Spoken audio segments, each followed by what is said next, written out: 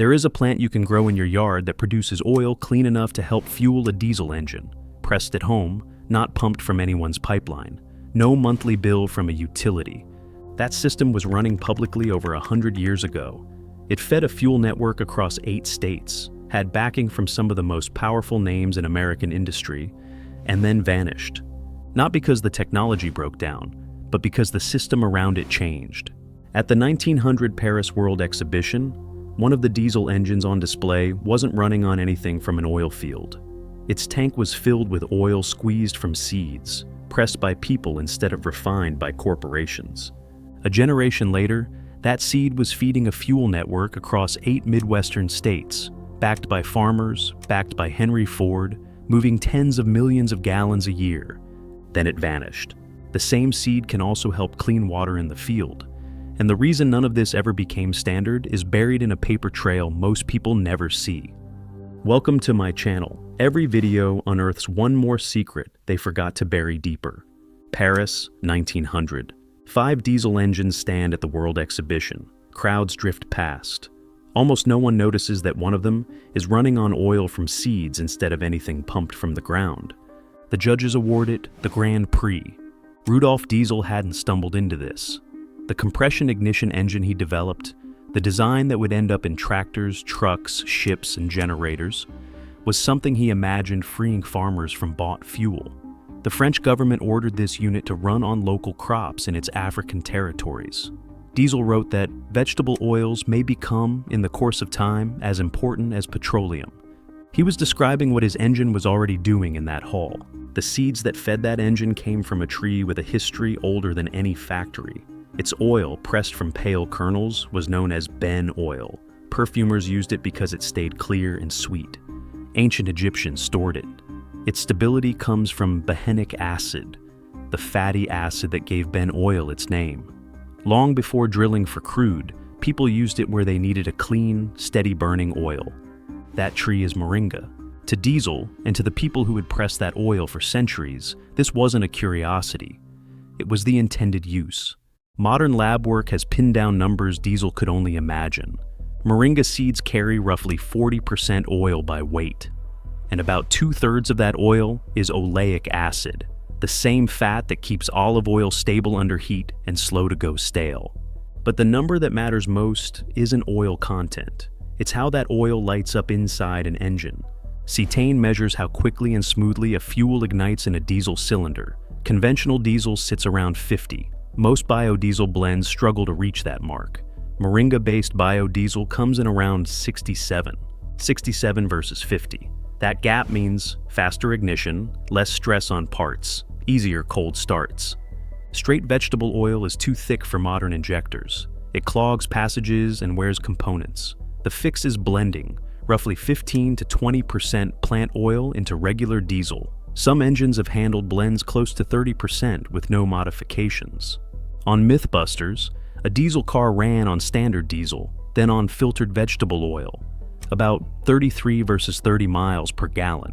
The car ran on both.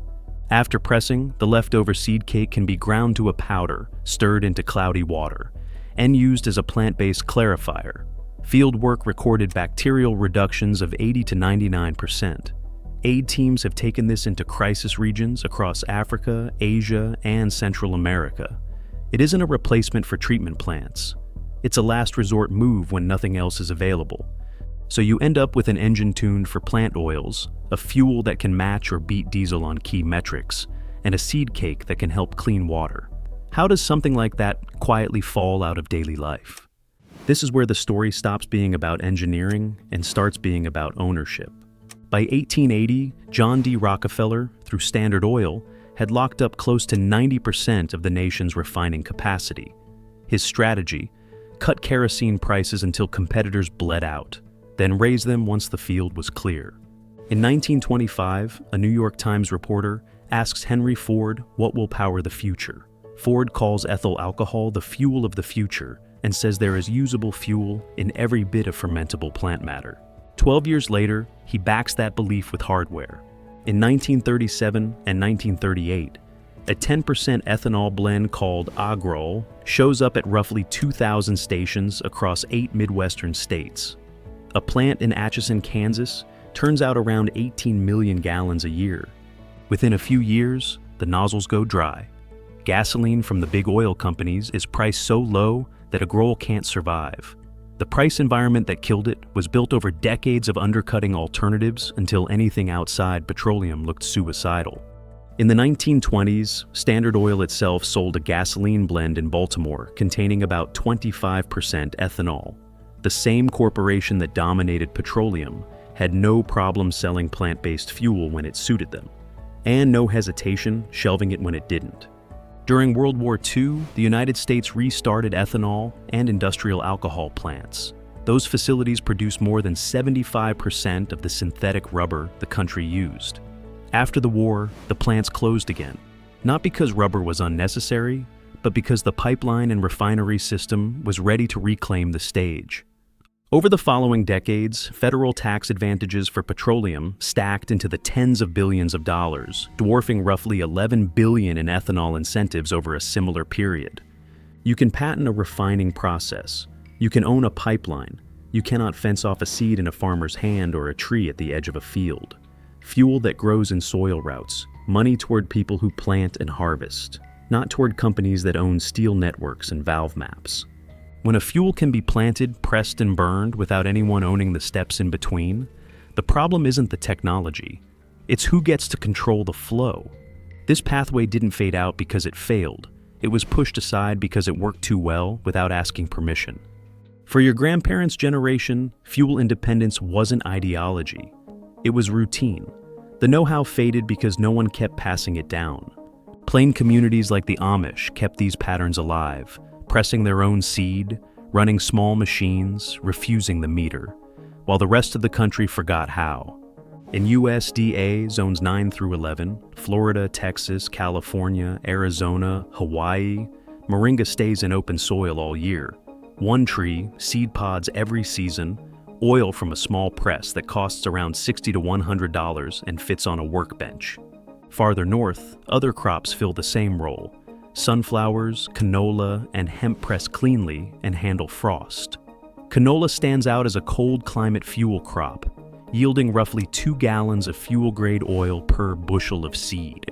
A compact press takes seed at the top and produces 2 outputs: oil for fuel, protein-dense meal for animals. Buy it once and it keeps working, batch after batch. None of this requires a permit from a corporation, a contract with a supplier, or a connection to somebody else's pipeline. On the evening of September 29, 1913, Rudolf Diesel stepped aboard the SS Dresden in Antwerp, and somewhere out on that stretch of water, he stopped being seen. A body pulled from the North Sea about 10 days later was identified as his. The official line reads, "Suicide." Newspapers ran headlines about agents of oil interests. None of those theories has ever been confirmed, and none of them has ever been closed. So if your grandfather had heard this version of the story, the engine tuned for plant oil, the seeds that can power machines and clean water, the way that path was pushed aside, what do you think he would have done with it?